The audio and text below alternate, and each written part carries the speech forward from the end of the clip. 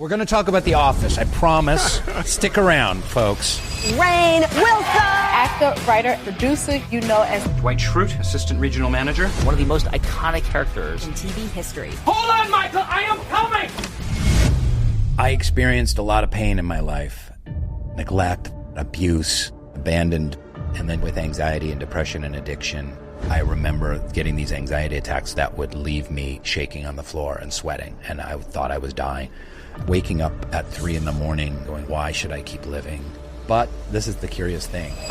I'm grateful for it. There's a reason why so many comedians come from painful backgrounds, because comedy shifts your perspective away from pain and trauma. Here's your choice. Do you kill yourself or do comedy? And that was my path.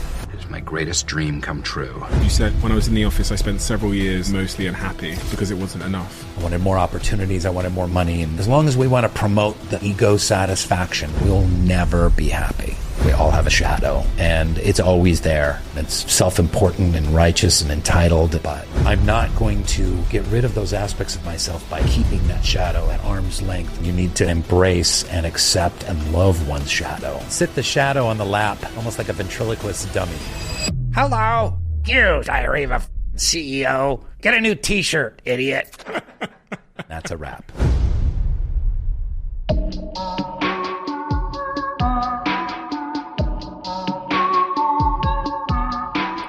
Let's start with your context. I always think the earliest years are the most important. So could you take me back to your earliest context and give me the factors that I need to understand you?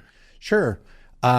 Couple of key pieces in my background that have made me who I am and led me to lead the life that I live are my mom took off when I was a year and a half. Lived with my dad, and we were members of the Baha'i faith, which in a nutshell is the newest of the world's religions. There's about 6 million Baha'is around the globe. It's the second most widespread religion. So wherever you go in the world, there's going to be Baha'is. You know, you go to Mongolia or Thailand or, Botswana or whatever, there's going to be Baha'i communities. And after my dad had been kind of essentially abandoned or felt abandoned, they got divorced, we moved to the jungles of Nicaragua when I was 3 years old. Here was this abandoned kind of toddler kid living in literally the jungle. And my dad was an abstract painter and science fiction writer and Baha'i. And that's how I grew up. And then when it was kind of around kindergarten time, first grade time, we moved back to Washington State. And those are some key pieces, yeah. In your 40s, you started to look back at your childhood and understand. I heard this in an interview you did, I think, with Chase Jarvis on his show. And one of the things you said is, when I look back at my childhood, it was filled with depression and anxiety that you probably didn't, it seems like you didn't realize at the time, but hindsight's given you that clarity. Yeah. What were the hallmarks of that? What were the symptoms of that? And what do you have any understanding of the causes of that at such a young age? Yes. 22 years of therapy has given me a lot of insights into the causes of that. So, you've got an abandoned toddler that'll fuck you up. I don't know if I can swear on your podcast. All right. Do Brits swear? Mm. Yeah. Yeah. The funny ones. And then, it was this weird kind of gaslighting mind fuck, because I just spent 5 minutes describing the Baha'i faith, right? And these beautiful ideas and prayers and meditations and about world peace and finding love and connection and service. And then in my family, my dad remarried my stepmom, who pretty much raised me, and they lived in a loveless marriage, a hollow, empty marriage. So I come back from the jungles of Nicaragua at 5 or 6. My dad's remarried. We're living in suburban Seattle and Washington State. And we are going to all these Baha'i meetings. We're singing, we're doing kumbaya, we're holding hands, we're praying, we're meditating, we're reading holy scripture from all over the world and talking about love. And yet, here's this loveless shell of a house. So that's what I grew up in. So, addiction is something that I've struggled with. I've struggled with depression. I've struggled with anxiety. I've struggled on a lot of different levels in my life, a lot of alienation, and it's born of this petri dish that I grew up in. Maybe I was also wired for it. I have alcoholics that run on both sides of my family for generations, but that'll mess you up. What have you learned about the nature of childhood trauma and how delicate children are? I've learned so much from speaking to people on this podcast about it, and how, it's, if I listen to too many of these episodes, I might be scared to be a parent, because it's so interesting how such small interpretations can leave really lasting impressions on a child about the nature of the world. Yeah. And I sat here with Gabor Mate, and he's talked about how children are basically narcissists and how they interpret everything as about them. So if there's an argument over there, a baby will think it's about the baby. But what have you learned about, through your years of therapy, but also your own experiences? Well, I experienced a lot of pain in my life and a lot of suffering with anxiety and depression and addiction. And as I kind of dove into recovery and to the therapeutic process, I can pin that squarely on a lot of, gross imbalances and trauma that I suffered as a child. So there's that. We all have that to some degree, and it's important to excavate and honor the pain that we went through, and the lies that we were told, the gaslighting we might have undergone. There's religious trauma that we undergo as well. There's all kinds of different traumas that we suffer, and this is the curious thing.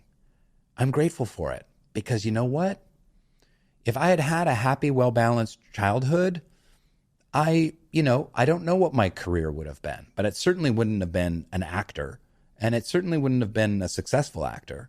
So these confluences of pain and difficulty and abuse and neglect, they caused me a lot of suffering later on, but at the same time, they caused me to be driven to try and be the best version of myself. They set me on a spiritual path to really deeply explore the world's spiritual traditions, and to try and connect with my higher power, and to go on a journey of self-discovery, and then to take what I've learned and to share that with others.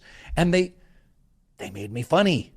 So there's a really interesting thing I heard Dr. Arthur Brooks from Harvard University, who you should have on the show, speak about.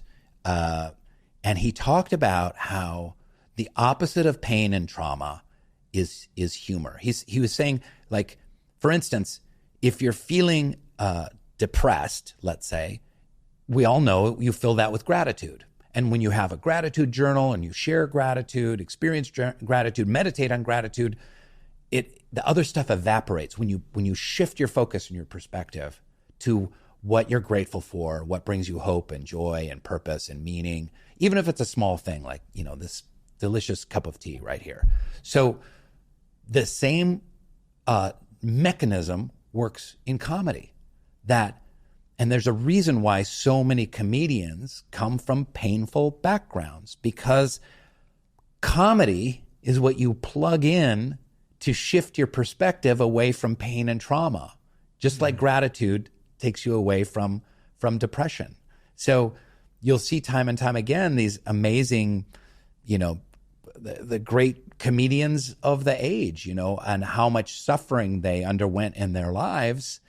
But comedy became the necessary thing to plug in to their perspective in order to carry forward. It's like, here's your choice. Do you kill yourself or do comedy? And then they do comedy, and you think about so many of the great ones, Jim Carrey, you think about Robin Williams, they talk about mental health and comedy. For SoulPancake, we did a documentary called Laughing Matters about the intersection of comedy and mental health. And so in this sense too, I'm grateful for what I went through, because I wouldn't be here today having this incredible conversation with you had I not gone through that those difficulties, that neglect, that abuse, and that gaslighting that I underwent as a kid. When you say the word abuse, you mean the gaslighting? Yeah, I don't want to get into stories. There was lots of different kinds of abuse. Yeah. So, and if I'd met you 15, 16 years old, who would be the man that I met at that point when your mother came back into your life? You said you needed her at that point. At 15 or 16, I was gawky and self-hating and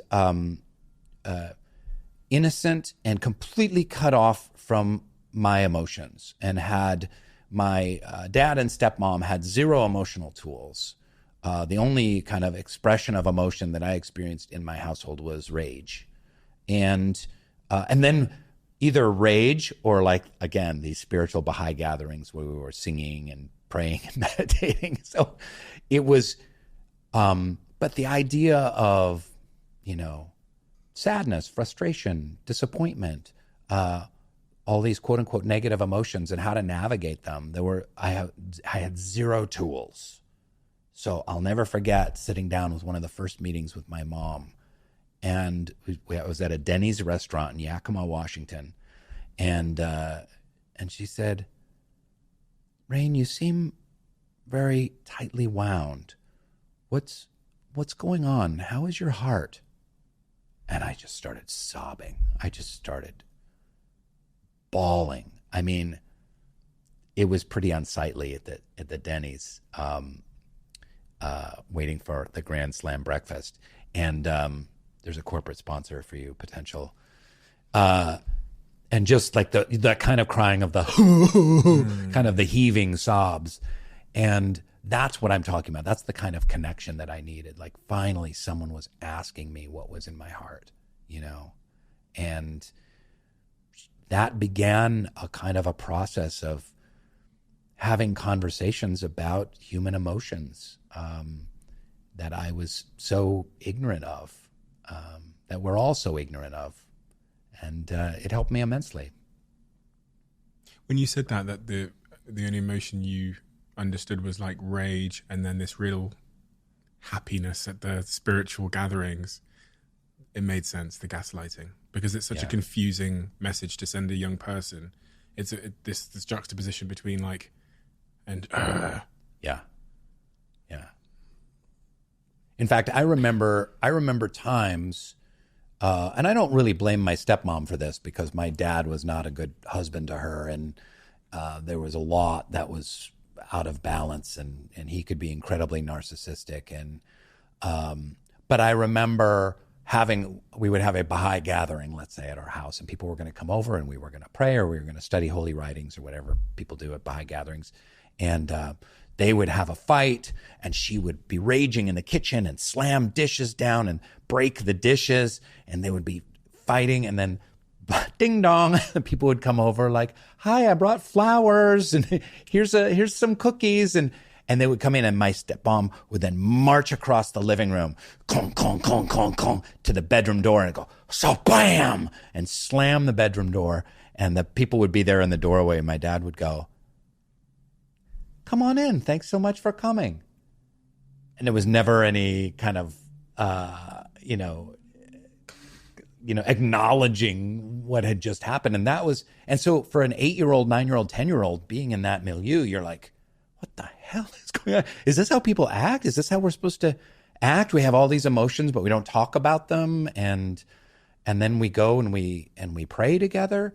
So, this led me to a very long period of time where I was completely alienated from my faith in my 20s, and I didn't want anything to do with religion or spirituality, certainly not morality, because I just saw the hypocrisy in it. And that's when I really started undergoing a spiritual crisis, a mental health crisis. Things started breaking down for me, and that's when I decided to kind of re-examine these ideas as a potential way out, as a potential path forward for my own transformation, for my personal healing. And I was ultimately able to come back to the religion of my youth and find great peace and solace and meaning in it after a long journey through my 20s and early 30s. That trauma and experience from your youth, how does that play into you becoming an actor? Because you said you wouldn't have been, you're grateful because you don't think you would have been an actor or the actor that you are without that experience. What is I'm trying to figure out where acting fit into that. You talked about comedians using comedy as kind of like a life raft away from their pain. Why was acting the thing that found Rainn? I don't know. And there's the genetic component as well, that my birth mother was also an actor and interested in acting. I don't know exactly. Even before I thought like, oh, you could be an actor, or you could make a living in an actor, or you could train as an actor. Like, I didn't even know like I want to do that, but it's like whatever that is magical and amazing. And I was drawn to it like a magnet. So I don't know. And then, I took my first acting class. We had moved to Chicago from Seattle, and I went to a high school that had a really good theater program. And I took my very first acting class. And I did a scene where you're supposed to pretend that you're in your bedroom and that no one's watching, right? So I put on this Elvis Costello song, Mystery Dance. And I brought in my record player from home, and I brought in some stuff from my room, and I put on the record of Mystery Dance by Elvis Costello, and I started just thrashing around and just being ridiculous and lip syncing and jumping around and flopping on the floor and stuff like that. And I was a brand new student. This was like in the first week at this new school, and it brought the house down. And the 15 to 16-year-old that I said that was kind of pimply and gangly and emotionally cut off and self-hating, all of a sudden people were patting me on the back and punching me in the shoulder and saying, "Oh my God, that was so great," and high-fiving me. And all of these like cute girls from junior year in high school were like, "Oh, where are you from? You're from Seattle? Amazing. Will you come sit with us at our lunch table?" And like, and here I was, this kid from suburban Seattle, where I had been on the chess team and played the bassoon and been on Model United Nations, and I'd barely talked to a girl. And then I was like, all right, I'm in. Whatever this is, I want this. I'm good. This is it. Forget all that other stuff. Screw the bassoon. Screw the chess team. I'm in with the drama geeks. And that was my path. So part of it is not so noble. Part of it is I went where there was acceptance, where there was love, where I had some skill, I could make people laugh, and where I got attention from the opposite sex. Hello. Tends to be the case for most of us. 20 years old, you graduate with a degree in drama? 23. 23. Close. And then you speak of in 1991 when you're 25 years old, that's really when you had your, as you say, your spiritual crisis. Was there a catalyst for that? It seems that at that point in your life is when you started experiencing anxiety attacks in a really debilitating way. Was there a catalyst for that? Was there anything in your life that was absent, or was it just, do you think it was just things catching up on you from your earliest years? Well, I don't know about a catalyst, but I will paint the picture that I'm out of drama school. I'm getting a few little acting jobs here and there, but they're not paying anything. I'm living with a friend in an abandoned beer brewery in Brooklyn, essentially kind of legally squatting, but we didn't have heat. We didn't have a shower. There were rats scuttling around. And I was working in this bar where I'd get off work at 4 a.m.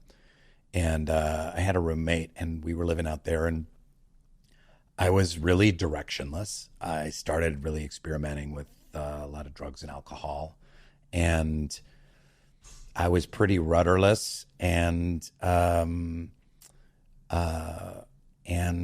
started getting hit with really crippling anxiety attacks. So I wasn't in the most healthy living environment, right? So, but at the same time, I remember getting these anxiety attacks that would leave me literally shaking on the floor and sweating. And I thought I was dying. And I was like about to call 911 like 5 different times. And heart palpitations, sweating. And I talked to a doctor at NYU about them, and they said, oh, these are just anxiety attacks. So I knew that that's what they were, but I didn't really know anything about them. And I started getting really depressed. And so there wasn't really like an event, but circumstances provided the perfect environment for kind of a mental health breakdown of someone who's 25 years old. And how long did that period of your life last, where you were having anxiety attacks and you were rudderless? I would say 5 or 6 years. Yeah. There were some things got better. I started working a little bit more. I had a relationship with my girlfriend, who's now my wife. We've been together for 32 years. And that was great. But even a better apartment and a nice relationship couldn't save me from some of what was going on. And in the 90s, we didn't really have words for a mental health breakdown or mental health issues or crisis. It was, and people didn't really go to therapy. You couldn't really afford it. That was like for rich people like Woody Allen or something. It stayed, things got nominally better, but I still was pretty depressed and frustrated and overwhelmed and just generally alienated. The kind of waking up at 3 a.m. with just wide awake, staring at the ceiling, going like, what the fuck does life mean? Why am I here? Why should I keep living? How do I find meaning? And just that just anguish and disconnection at a really core level. You asked yourself that question, why should I keep living? Yeah. Mm-hmm. And it wasn't, at that point, I've had some suicidal ideation over the years. That wasn't a time when I was actively thinking about ending it, but it really was kind of, again, one of these life's big questions, life's deep questions that I've been kind of poking at in my various books of like, why should we keep living? What is the purpose? Is it because one of the odd things, Steven, was that I was, in certain regards, living a life beyond my wildest dreams. Here was that kind of abused and gaslit kid with low self-esteem from suburban Seattle, who kind of hated himself and really had trouble fitting in socially in any way, shape, or form. Here I am living in New York City, beautiful girlfriend, working as an actor in the theater, not making much money, and it was only fitfully, but still, that's a big leap to go from where I was. And yet I wasn't happy. So there was this odd disconnect because I think societally we're taught like, hey, you find the thing you love to do, you go study it, you put in your time, you work at it, and you're going to start working, and yeah, you're going to start slow, but it's going to build. And then you're going to find incredible joy and purpose and meaning in your work. And I was doing that work in the theater, and I was getting to be an actor, and I was getting paychecks as an actor, which is an incredible experience. But I was still chronically dissatisfied, and it didn't make any sense because society had been telling me this thing for a decade or two, and I felt like I shouldn't be this chronically dissatisfied, but I am. When did that reach its peak? It's hard to say. It came in waves throughout my mid-20s and early 30s. And that's what prompted me. And this is why pain can be such a valuable teacher. And in fact, Arthur Brooks just had a column today out in The Atlantic where he was talking about pain and anxiety and depression does not mean that you have a mental health issue. Those are normal, standard aspects of being a human being. So, but my pain prompted me to go on a spiritual quest, and I'm really grateful for that, like I said. To go on a spiritual quest. Depression and pain and anxiety and those things were signals telling you something. Something's out of balance. How are you going to bring yourself into balance? How are you going to make sense of all this? And at the time, there weren't podcasts on positive psychology, and there weren't I mean, I guess there were some self-help books, but I didn't really know about them. Because of my background, because of my childhood, I thought, well, perhaps because I've abandoned anything and everything to do with God and spirituality and religion, maybe that's where I have lost my way, and maybe I need to re-explore those avenues, and maybe I can find personal meaning and serenity by exploring spiritual ideas. So it was a long process. It was a good 8 or 10 year process, but I'm grateful that my pain took me along that path. One of the things that I think brings spirituality and some of these big questions into focus is death. Mm-hmm. Something you talk about in your new book, Soul Boom, and something you've spoken about previously as well. Something that I've often pondered about. I think it's one of the things that really made me go in search of answers, deep questions at a very young age. You talk, I think it's in chapter 3 of your book, but I listened on the audiobook, so it's chapter 6 on the audiobook, about the passing of your father. Mm-hmm. How did that bring into focus spirituality, meaning, and some of these big questions of life? Well, I think if you're going to look at spirituality, one of the top 3 big questions is what happens when we die. And of course, we don't know. But just because we don't know or will never know, does that mean that we shouldn't explore that question? Hint, no. So it's a topic and a theme and a question I had thought about a lot. I had spoken about, I had researched and pondered deeply, but obviously, and I had some people that I knew that had died along the way, of course. But when my father died about 3 years ago, that made a profound impact and really prompted me to write the book Soul Boom, because I had one of these key kind of transcendent experiences, spiritual experiences, which was my dad died of heart disease.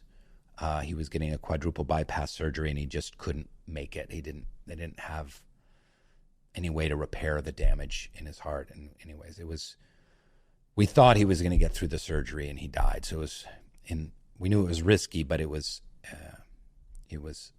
not a predicted death. And his current wife, his widow, and myself were in the hospital with him, and we had to essentially unplug him. And it was devastating and terrifying, and oddly enough, strangely cliche at the same time. And I couldn't help but, and maybe this is that trauma-based comedic kind of aspect of myself, that I just kept witnessing myself in this situation where my father was dying and there was a heart machine going beep, beep, beep, beep. And there was a little oxygen machine going and there's doctors and nurses walking around with their squeaky shoes on the linoleum floors. And I was like, wow, this is just like one of those hospital shows. I just kept thinking like this is just like ER or Grey's Anatomy. Like, wow. It's like, it's so cliche. But we had to unplug him. He was going to be dead within an hour. And we were sobbing. And I looked at his gray body there on the table. And, I saw all these aspects of my dad that I loved. The one eyebrow hair kind of poking out, and, the mole on his arm, and the way his hands are, and his hair kind of messy. And it was filled with such love and such heartbreak. And at the same time, at seeing his lifeless body, I was like, this isn't him. This isn't my dad. This is the vessel that carried my dad. Robert Wilson, and his beautiful heart and spirit and his dynamism and his creativity, his light, as it were, is no longer here. But that's his reality. This body is just a shell. It's a vessel. It's an avatar. And I also didn't experience it as, he has, it's been snuffed out like a candle. It just seemed very clear, like, oh, it has passed on. It's somewhere else now, and here is his body. And that was such a profound spiritual experience that I knew intellectually from my study, but it's one of those learnings that kind of has to hit you in the gut to make you really understand it and go, oh. And I remember that amazing quote that I often pull out from Father Teilhard de Chardin, a Jesuit priest, who said famously, "We are not human beings having a spiritual experience. We are spiritual beings having a human experience." And that quote, which I've always loved, I saw just evidenced with my father. Oh, he's a spiritual being. He had a human experience for 79 years in this body.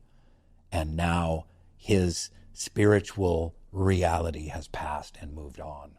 And this is one of the essential messages of Soul Boom, is that we are spiritual beings. We're having this incredible human experience. Look at us having this incredible dialogue right now. And then I'm going to go get an Uber, and then I've got to go do some voiceovers. Then I'm going to go play tennis with a friend. And I'm having this, I'm having a relationship with my wife and with my son. I'm learning, I'm growing, I'm being challenged. And it's magnificent. And here's my fleshy, somewhat corpulent 57-year-old body that I've done pretty well by. It's ridiculous enough, so I get to take my shirt off occasionally as Dwight, and people can laugh at my absurdly pale and oblong torso, and I'm fine with it. It's all for comedy, right? And parts of my body are starting to break down. I've got like half hearing in my left ear, and I've got mild sleep apnea, and I have to wear a mouth appliance that juts my jaw forward, and I wake up in the morning and I go, and I place it on the side of the bed, and here I am, this spiritual being having a human experience as Rainn Wilson. This is fabulous, but this is part of what we need to recognize, and this could help people. This can help people with their mental health struggles, is an understanding that we're radiant, luminescent, precious shards of the divine inhabiting these fleshy meat suits for hopefully 80, 90, 100 years, and struggle and suffering and anxiety just comes with the game, baby. It's just part of the game. Talk about a friend called Dave. Yeah. David or Dave, who also passed quite suddenly. And his handling of that in particular surprised you in many ways. Oh, Dave. One of my best friends, David Von Anken, who was a television director, film director, brilliant guy, wonderful human being. And he just got diagnosed out of nowhere with stage 4 stomach cancer. I mean, just like out of nowhere. Mid-50s and essentially a death sentence. So I got to spend a lot of time with him in his last year and a half after that diagnosis. And we did weekly beach walks. And he said to me several times, and he would just grab my arm and he would say, "Rainn, it's just static. It's all just static. You've got to get the static out of your life. The emails, the meetings, the career, the appointments, the driving, the traffic, the phone calls, the Zooms. It's all just static. It's all noise." And that really resonated with me. And I know a lot of people have mentioned that in the book, because we do experience our life as this kind of like buzz of like appointments and shoppings and Zooms and bills to pay and whatnot. And that was profoundly impactful. And I would always encourage David it's a tricky situation, when someone's dying. I don't want to, like, God forbid, lecture him on death or thinking about it, but I would always just turn it a little bit toward a more profound discussion about, the soul and the journey of the soul and the movement of the spirit, beyond this corporal 3D surround sound experience of being a human being to the realms beyond.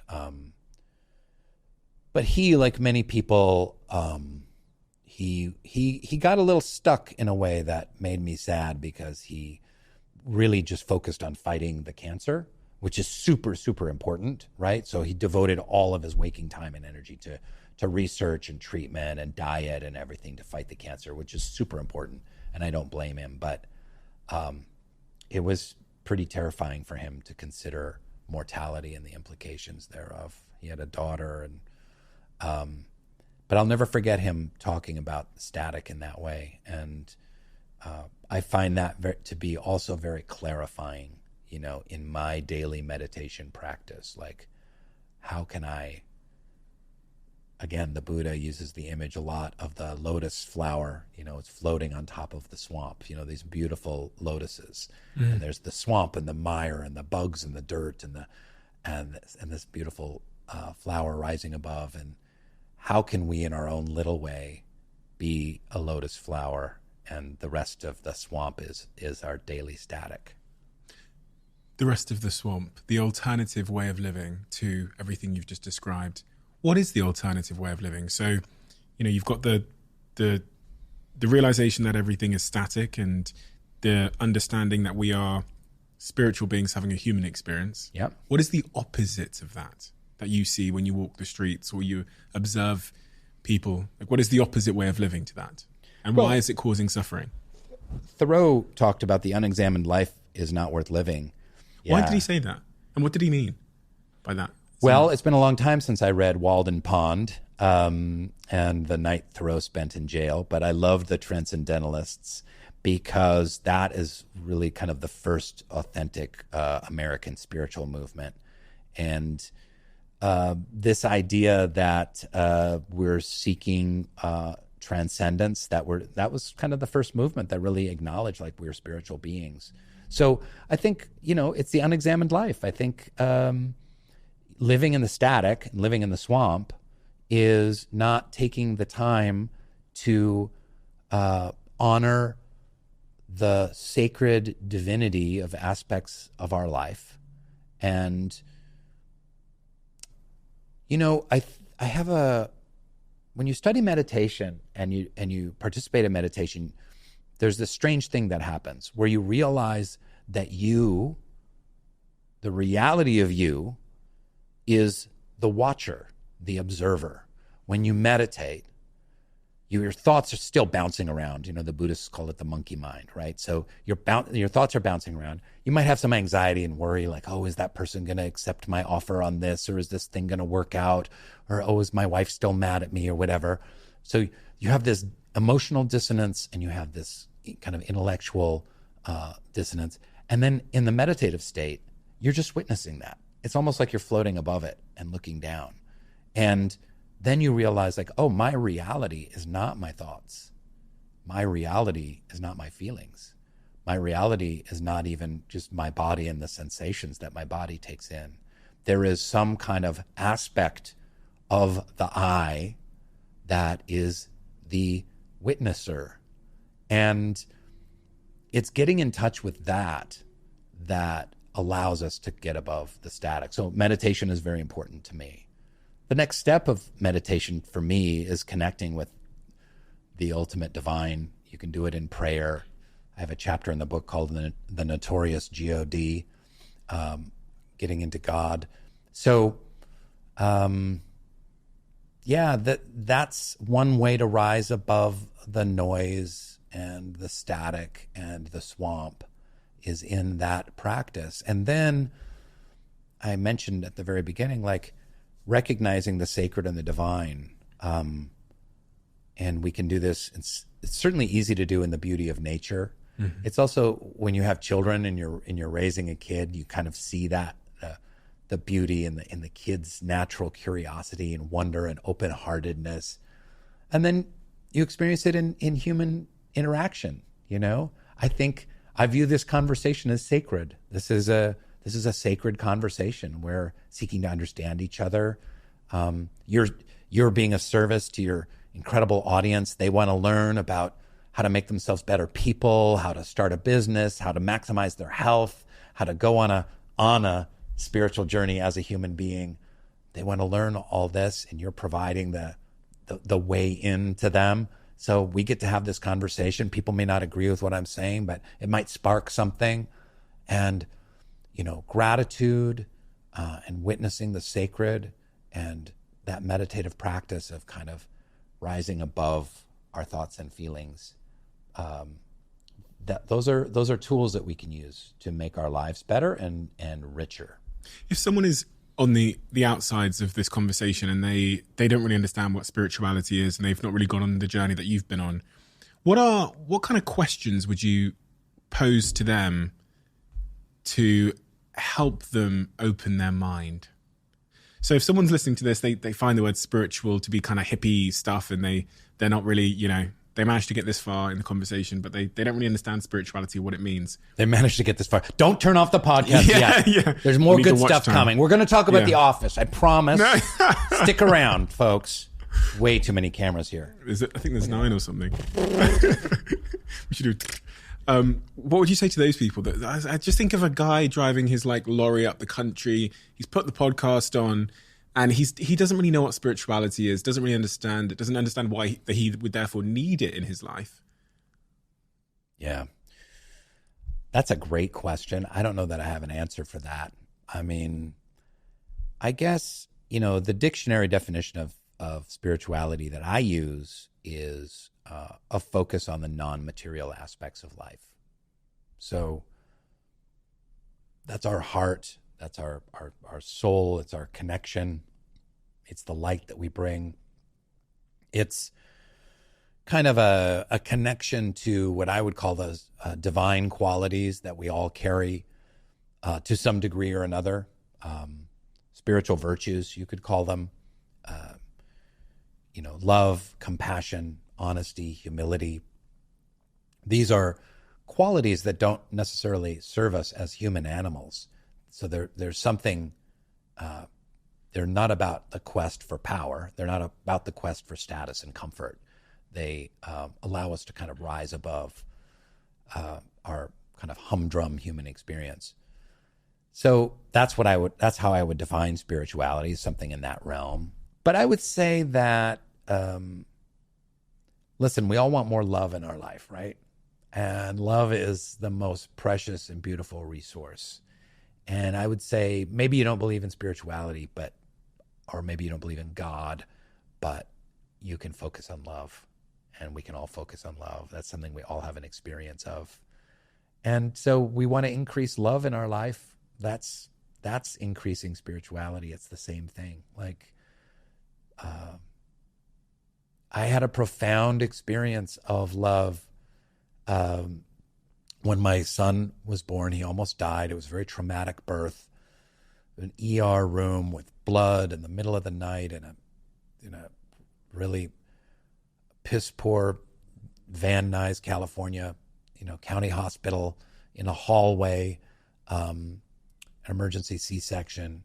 And when I held my son, I had one of those handful of truly transcendent experiences, one of those cosmic experiences of looking into my son's eyes, and they were bright, bright blue, and he'd just been ripped from the womb of his mother, and I felt such profound love for him, and it was just like waves after waves of love, and just almost, I had tears, but it was almost just beyond tears. It was like this transcendent, love orgasm that was minutes long as I held him, just with such gratitude.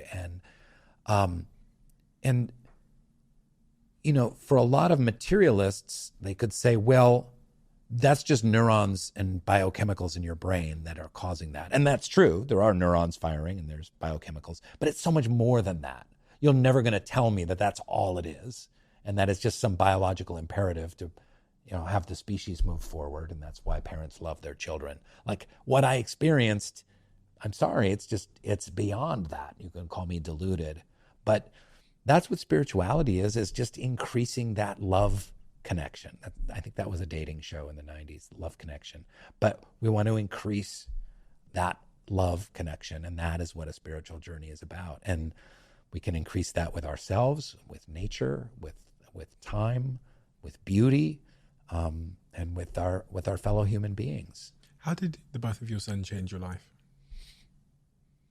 Well, having kids is a paradigm shift because you have a creature that's in your care and is dependent on you.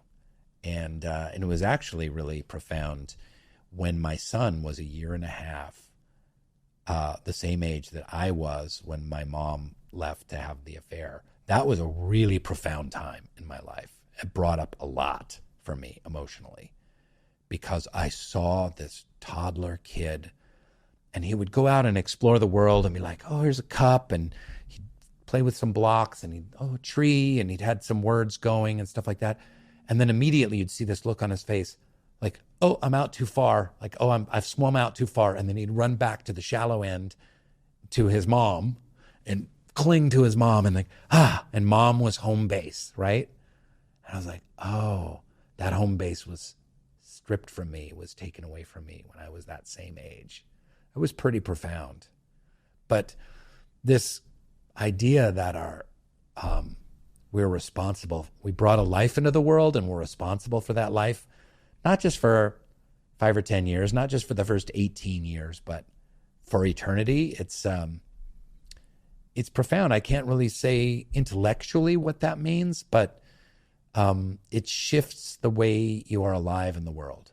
That example you gave of your son at 1.5 years old being able to return to home base, in that you can also see what might have happened to his development and his perspective if when he'd gone out too far and turned around, there was no mother there. Yeah. Who he might have become. And if there was no mother there, and then but then he had the father, which is a close second, right? But then my dad, who was so traumatized by being abandoned by his wife and was so already emotionally shut down, and he couldn't really access emotions in the best of scenarios. He had been colossally abused as a kid, and his mom died, and his dad was abusive and beat him and left him and his sister alone in the house for weeks at a time. It was very Charles Dickens. So this, my dad's case, he was the worst possible person to have to bond to, or to need to bond to. So, if little Walter, if my wife Holiday had left or died for some reason and Walter had to turn to me, like, it would have been okay, but there's nothing that fulfills that that primal human connectionness than a child and the mom. One of the things that really surprised me was when I was reading about your time at The Office, which, by the way, I have to say is my favorite show of all time. Should probably say that. I'm sure that's the case for a lot of people. Wait, are you saying right now that the U.S. Office is better than the UK Office? Yes. Wow. Yes, I know. Do you hear that? It is. Maybe because there was more of them. There's a hell of a lot more of them. So I watched, honestly, when I was going through a difficult part in my life and I was building my businesses, I was shoplifting food because I was so broke at this chapter of my life. And I had this beat up laptop where I had to solder the charger because I couldn't afford the £10 to buy a new one. It was the only thing I watched. And I watched it for about 2 years. So obviously I just kept going back and back and back. It was, you talk in chapter 10 about the 7 pillars of spiritual revolution and one of them being about spreading joy. It spread a whole lot of joy in my life, a whole lot of joy. And I don't watch TV, to be honest. I don't watch TV, movies, don't really watch any of it. These guys all know. But The Office, I watched. I don't think there's anything else that I have watched. But when I read about your experience on the show, there was a real sense of unfulfillment, especially in the early years when you were making the show.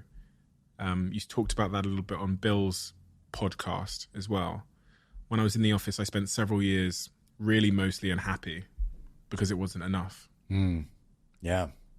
Well, first of all, I'm so glad that you enjoyed The Office. And I just need to speak to how deeply gratified I am, and all of us are, that The Office has brought so much serenity and peace and love and upliftment and inspiration to people. I mean, getting on a TV show is one of the hardest things in the world. And then getting on one that lasts is a really hard one. And then getting on one that lasts and is good.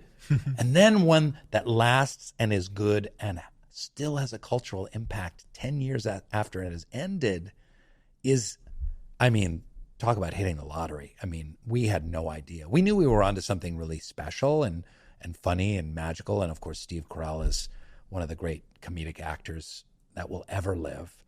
But we had no idea it would have this kind of impact. And we're so deeply grateful and gratified around that. And going back to the English Office, it's always like, it's so funny to me.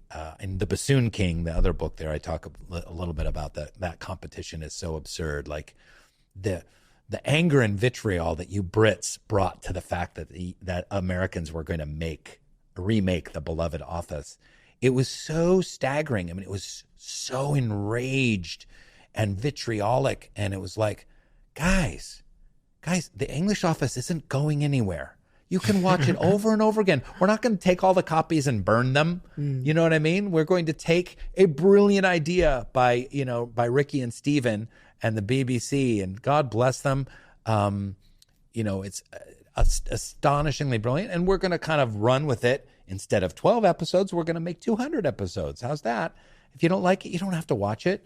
But that was an interesting time frame. But yeah, so it's interesting that you bring this up because I was very frustrated because I was on Bill Maher and I was on one other podcast and I was talking about how there were times on The Office that I really struggled because I really wasn't happy because it wasn't enough.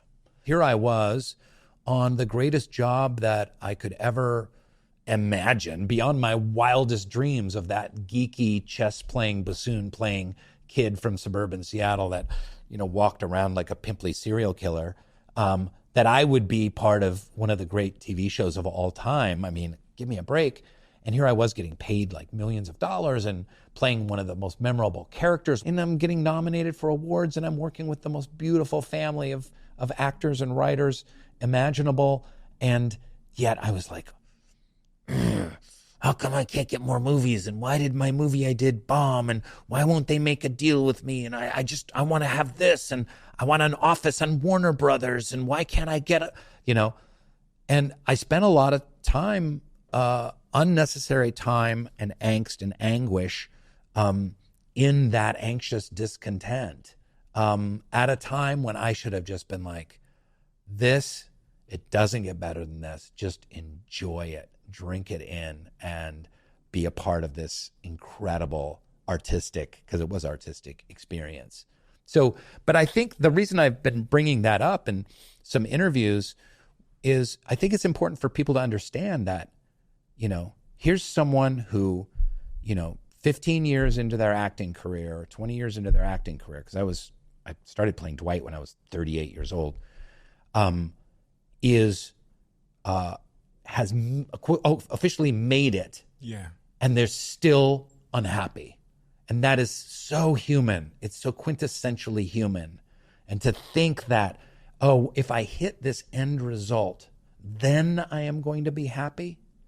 And that's why I brought it back to that unhappiness that I experienced in my 20s. Like, I was an actor. I was from suburban Seattle. Here I was. I had an apartment in New York. I was doing acting, and yet I was really unhappy and miserable, and it didn't make any sense because society had always told me, like, there's this if-then proposition. Like, if you achieve X, Y, and Z, if you make a certain amount of money, if you get a certain position, if you're in a certain kind of relationship, if you have a house at a certain level, if you're a member of a certain club or whatever, then you will be happy. Once I achieve this, then I will be happy. That's bullshit. It's absolute and total crock of bullshit. Now, certainly, I'm not meaning to demean anyone that's struggling to pay bills and they're going like, fuck you, Hollywood elitist. You got millions of dollars in the bank and you don't have to worry about, paying the bills. I was there, I was having to worry about, paying the bills, and it was a struggle for the, first 15 years of my career. So I've been there. I know what that's like, and I honor that. So you certainly want to make enough money it does take an incredible pressure off your shoulders once you have achieved that. But to think that then you're going to be happy, I mean, you've interviewed a lot of millionaires and a lot of successful people. Like, how many of them are really fulfilled, deeply fulfilled and happy? what would I have had to have done to have gotten Rainn at the height and the peak of that success, even when it was going, to be in the moment and to enjoy it for what it was? Because it's not just you, it's all the people that are listening now that are in jobs. They've just got that promotion and now they're thinking about becoming a director or a CEO, that they too are deferring the happiness off to the future behind some goal. What can we do in the moment to just like enjoy life today, bring our happiness into the now? If you always think your happiness is somewhere in the future, it always will be. What would I have had to have said to you to get you to snap out of that? That's a great question. I don't know that there's anything that you could have said to me in a couple of sentences or a couple of paragraphs, but I think if you could have encouraged me to go back onto my spiritual journey, back into my spiritual journey, because you're absolutely right. All we have is now. All we have is this next breath, is this breath that we're currently experiencing. And this is where the joy is. And if we're waiting for the joy to be 375 breaths from now, or 3,000 breaths from now, or 300 breaths from now, we're missing out 100%.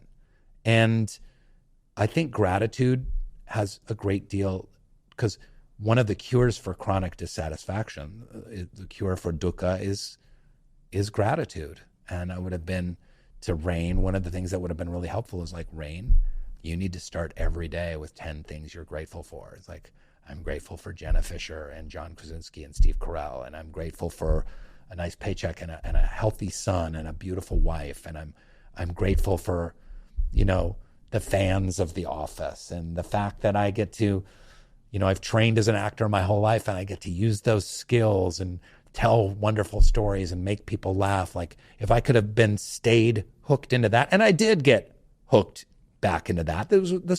I'm describing a period of like 3 to 4 years where I was really struggling with that. And then I came around. Does it rob you of your ambition though? This is a question I always used to mull with myself, because that Rainn that wanted more versus the Rainn that goes, I'm grateful for what I have. Is one more or less ambitious than the other? Yeah, that's a great question. And I don't know the answer to that, because there is, did my chronic dissatisfaction fueled my spiritual drive? It also fueled my career drive and my ambition, because I was so chronically disenchanted and disaffected that I wanted more. I wanted more opportunities. I wanted more money. I wanted more knowledge. I wanted more wisdom. There's a drive there that can be healthy, and a drive there's an unhealthy aspect to it. So I don't really know the answer to that. I think for now, when I look in my life, like, I still have great ambition. Like, I still want Soul Boom as a brand. I'm just kind of starting to think about like how to expand that as a brand. I still want to act in movies. I want to direct. I want to maybe create companies. I created SoulPancake, maybe create another company or something like that. And there's a lot I want to do. But I'm hoping to bring the best aspects of myself toward that ambition. And for me, that has to do with service and God and utilizing myself, my God-given talents and faculties, and maximizing those, and living in God's will. I'm sorry to get all hippy-dippy religious now, but to me, that's what's driving me now. But it's as long as we're in the battle of the ego, and that's the most ancient, right, human spiritual struggle, is the battle of the ego. And psychologists talk about it, and prophets talk about it, and gurus talk about it, right? So as long as we want to promote the self and the self-will and ego satisfaction, we'll never be happy. Are you happy? I am. Yeah. Happy is the wrong word, but whatever it is you mean by happy, I have that thing. What is that thing? I don't know what the word is, and I ponder this a lot. Like, what's the perfect word?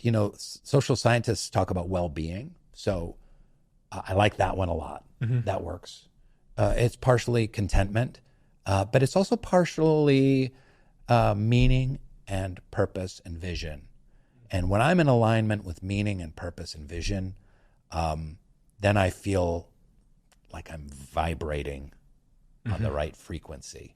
What are the things that you still struggle with? Because sometimes when we read the books and stuff, and I've written a book myself, it can sometimes exude the illusion of fixed it all, figured it all out, I'm done. Right. So what do you still struggle with on an ongoing basis? Yeah, I think that I can be a better husband, and I think I can be a kinder father and a more compassionate friend. There's still some really basics of human interaction that I haven't quite gotten figured out. Really? And well, because I didn't learn these things from my parents, right? I didn't learn,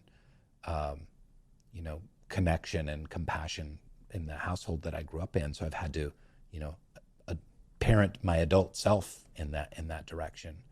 And, to really, I struggle with making sure that I'm, again, using the tools that God has given me to try and make the world a better place. I think there's a lot more that I could be doing to try and make the world better and to help heal people that are disenfranchised and bring more joy to people's lives and try and bring spiritual tools to a young generation that I think will make their lives better. There's more I could be doing to that end. And I still have a big ego. I'm still narcissistic and I still, want ego satisfaction, and it's always there.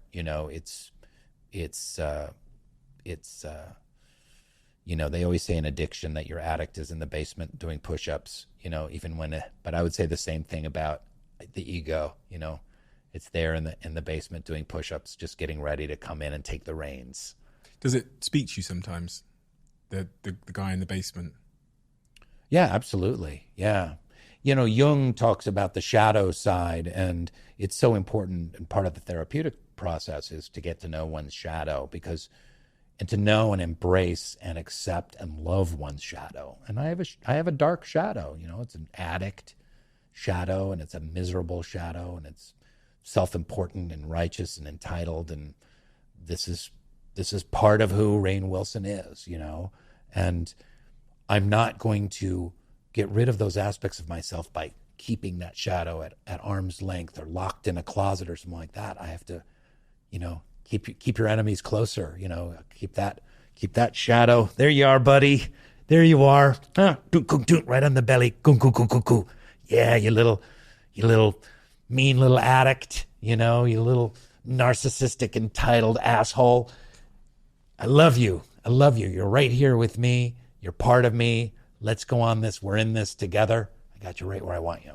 Everyone's got a shadow. A lot of people are trying to fight their shadow. I mean, a lot of the prevailing narratives are that you can therapy your way out of the shadow. Yeah. No, it's sitting you got to sit the shadow on the lap, almost like a ventriloquist dummy. It's that's why I love ventriloquist stories and horror films of like the dummies that come to life and attack, because that's your shadow is that little, hello, how are you? Fuck you, Steven. Diary of a fucking CEO. Get a new t-shirt, idiot. That's going to be the trailer.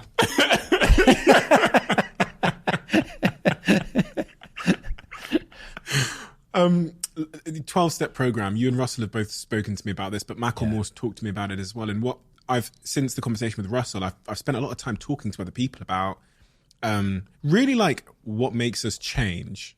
So the 12-step program has some principles which I think are applicable for all of our lives about how to create change.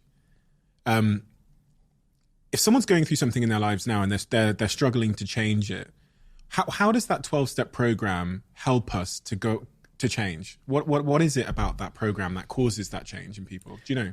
I love the 12-step program. That's such a great question. There's going to be people that are way more knowledgeable than I, but I will say there are some essential components of the 12-step program that, you're right, are applicable to everyone and could make everyone's lives better. I think society as a whole could benefit from a lot of the way that the 12 steps work. I think it's the most profound spiritual movement of the last several hundred years. It has transformed millions of people's lives. First of all, there's the idea that there's this wonderful dichotomy at the center of the 12 steps, which is if I surrender, if I admit defeat, if I admit powerlessness, I find great strength. So there's a beautiful spiritual koan at the center of that. I give up. I throw up the white flag. I can't do this on my own. I need the support of a community. I need to get vulnerable. I need the support of a higher power. And then I find great strength. There's something just so beautiful about that. And the community of the 12 steps is amazing too, like sharing with like-minded alcoholics, and getting the support of that community, the fact that there's servant leaders, that there's elections, that it's the inmates running the asylum, there aren't these kind of leaders. In fact, if there's someone who kind of presents as like a leader in 12 steps, you should be immediately wary of them, that they have any kind of answer at all. The surrender point really is the thing that's compelled me, in fact. It's when Russell was talking about this idea of, I think kind of what he said was like, he broke it down into 3 kind of processes: awareness of whatever it is, the belief that you can change the thing, and then this third step, this principle of kind of surrendering to it. And in an individualistic society, materialistic society, where we're becoming more and more isolated and individualistic in our approach to life, we are living in 4 white walls alone more than ever before. We think we can do it ourselves, right? This idea of surrender and admitting that you need the collective and help with something and that you might not have the answers, I think is so powerful, so important as well. I think we all need to surrender in many ways. I think I need to surrender in terms of my ego. I think I need to surrender in terms of even spirituality. I told you a second ago about my partner, who is very, whatever anyone might call spiritual, and surrendering to her way of living has brought me so much value in my life. So this idea of surrender being the solution to the resistance we're encountering by the ways that we're living, I think is something that everyone can consider. Like if you're feeling a deep sense of dissatisfaction in your life, surrendering and saying, I need help, I don't know the answer, can you help me? Yeah. Brings in everything. It's probably the medicine that you're seeking. But surrender feels like an interesting word. It feels like powerlessness. Right. But again, there's great power in that powerlessness. And what do you surrender to? And that's why there's a higher power as well. And there's so many things I wanted to say there. But there's a humility in the process that is missing in contemporary society, right? I'd say we're the least humble that humans have been in our history, all 8 billion of us sharing this planet. So, and I think God or a higher power requires a certain humility. Like there's a power greater than myself. The ego is the opposite of surrender. The ego wants to control outcomes. The ego wants to control other people, right? As long as we're trying to control other people and control outcomes, we're going to be unhappy. So there's something about surrendering, like, your partner's, journey, you surrender to that. You don't know what she's going to go live on a commune or worship a mushroom or something like that. Okay, you're on your journey. She already does, babe. So it's again, that central spiritual struggle is the ego, is the primacy, the primalcy of I, the self, as being separate from everything else. And the essential spiritual teaching at the center of every faith tradition is that we're all connected, we're all united, we're all one. This is an illusion of self. So surrender eliminates that illusion of self. But there's so many other nuggets in 12 steps. Like one of them, just in the middle of the steps, is when we are wrong, promptly admit it. Like that's just a really good piece of advice. And you know what? We could all benefit. Politicians could benefit. CEOs could benefit. People in relationships, parents with their children, people in partnership could benefit. Like when we're wrong, promptly admit it. Promptly being the word, not eventually. you know. As soon as you know. Say you're sorry and do it faster, you know, and do it better. And the world would be a much better place if everyone around said, when I'm wrong, I'm going to promptly admit it. That's just one little gem. There's so many dozens more. Holiday. Yeah. She's been with you through a lot. Yeah. When I was looking at the timeline of when you guys got together, I think you met in an acting class, right? Yeah. It's been a long time, almost 4 decades, right? Hell, a long time. Yeah, we were in acting class together in 1985. We weren't together as a couple till 91, really, when she moved to New York. But yeah, well, I wasn't even born then. You've grown a whole Steven in that time. Asshole. I was born in 92. So what does she mean to you? Oh, you're gonna make me cry, aren't you? You're gonna try and make me cry. I don't know. You might hate her. She's everything to me. I mean, I am so blessed to have her in my life. She's dealt with me when I've been a raging asshole, and she's dealt with me when I've been depressed, when I've let my anxiety get the best of me. We've had a lot of ups and downs in our marriage, and I think that's really important for people to hear. Like, we're soulmates, and I really wouldn't have achieved anything that I've achieved without her help and guidance and love and support.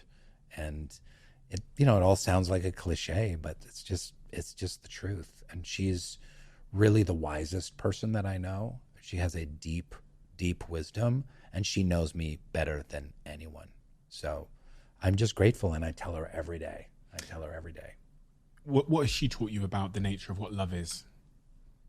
You know, it's interesting. She also had a very traumatic childhood and her parents had a very difficult situation, and she had a lot of issues in her own way and her own journey. I'll let her tell that story. But she loves very naturally in a way that it's a lot more work for me. So she just has a big heart and is just able to love our son and other people and animals. And, you know, I always felt, as an analogy I use in my books, where because I had such a weirdly fractured childhood, I would observe how humans interacted and try and emulate that, because I didn't understand it. So if I would observe people in the lunchroom at my school, and they'd come in and someone would say "Hey buddy, how's it going? You have a good weekend? Good to see you." And I would watch it, and I'll be like, "Oh, that's how normal people interact." And so I would literally copy it, and I would try it out. And I'd go up to someone like, "Hey buddy, how you doing? Did you have a good weekend?" You know, so for me, I felt like I was an alien, like I was literally like a science fiction film where I was like this alien, like learning about human behavior and interaction, and like studying humans and seeking to fit in. And I bring this up because Holiday does this stuff so naturally. You know, she just has a natural warmth and grace. So sometimes I emulate her about, here's what it means to be loving and warm and live life with grace. You and me both. My partner sounds exactly the same, and I feel like I've learned how to love someone by emulating the things she does so naturally. The things she says, the things she admits when she says sorry, how open she is, her ability to tell me her feelings. All of these things I've learned from just watching that she seems to have no issue or no resistance in doing it. That makes sense. I've learned how to parent from her so well. And our son, bless him, Walter, he's 18 and a half, about to go off to college. But I always want to maybe lecture or react a little too much or say the thing I feel that needs saying. And my wife is so good, and like she'll see me starting to do it, and she'll just be like, just this little thing, and I'll be like, and I think Walter, we'll talk about it later. I take my cues from her a little. Like she's a conductor of my parenting too. Rainn, thank you so much. We have a closing tradition on this podcast where the last guest leaves a question for the next guest, not knowing who they're leaving the question for. They leave it in the diary of a CEO. That's good.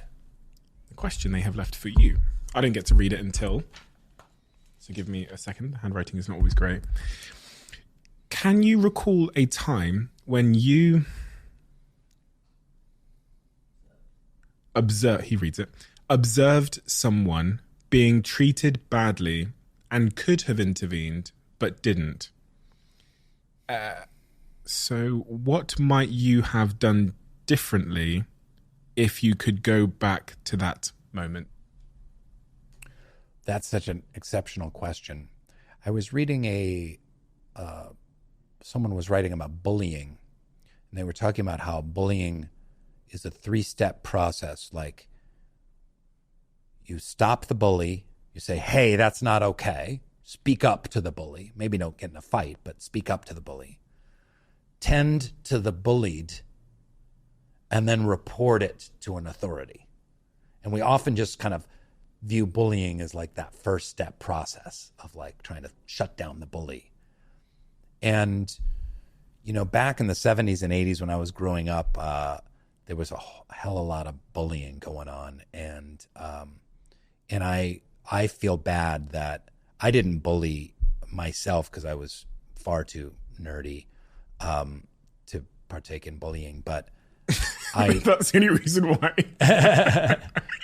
Well, part of it was because I wish that I could have been a part of that process of, especially people that had been bullied. I guess I just didn't have the tools to give them empathy and compassion and support, and then to take an active part in, you know, reporting this whole dynamic to the authorities. Because when I go back and replay my high school years and junior high and elementary school years, it was nonstop bullying. I mean, it was taunting and teasing and, you know, taking the piss out and demeaning and belittling and hierarchies. And we may be going a little too far in contemporary society about what qualifies as bullying, because it's not criticism and it's not even necessarily like having some good-natured fun, you know, but I wish I had been more actively a participant and kind of a part of that 3-step process. Super interesting. Never heard about that 3-step process before. This particular individual, I don't usually give clues, but they're writing a book about adult bullying as well. Having been on the receiving end of that, and they think adult bullying is something we don't really talk about a lot, which is like the workplace stuff and you know, as we get older. Rainn, thank you so much. Thank you for so many things. There's 2 really incredible things that changed my life in a really important way. The first was obviously The Office. You know, you are by far my favorite character, and I think that I just can't understand how a human could have been so good at acting. And I really mean that. Like, I don't bullshit people, but you're so good at acting. Playing that role of Dwight, I think there was occasions where I tried to do it. Like, I tried to. So it comes as a shock to many people that, and you know this because you kind of allude to it in the first chapter of the book, that someone that could embody Dwight can also write such a great book like this about something that is so far from what I think Dwight might be interested in. And it's actually all a testament to your ability to act. Really, really unbelievable. I think your role as Dwight is one of the all-time great performances in any show like that. It's incredible. And you talk about, as I said in the 10th chapter of the book, about spreading joy. You gave me so much joy. And then you came out with this app called SoulPancake back in the day, which caught me at the perfect moment where I was a young man that was really obsessed with these big questions, still am. And it allowed me to find this community where I just peppered people with really profound questions about whether dogs have, you know, a soul and all these kind of things that I was struggling with at the time. So thank you for both of those things, because you helped me in ways that you'll never know. And I live tens of thousands of miles that way. And it just nudged the direction of my life in so many important ways. And it's led me to this moment now, which you can understand for me is an incredible one, absolutely incredible one. So thank you. It means a lot. And everyone should go check out this book. It's wonderful. It's super accessible. It kind of, I don't know how to describe this, but as it relates to books that are confronting this idea of the spiritual revolution, it takes it easy on you and it holds your hand across the bridge you know, and that I think is important, because that person in the lorry or the truck, that's exactly what they need if they are going to access the wisdom in this book. So thank you, Rainn. Steven, what a profound pleasure. Thank you for having me on the show. Congratulations on all the incredible work that you do. Thank you for acknowledging the fact that you owe everything to me.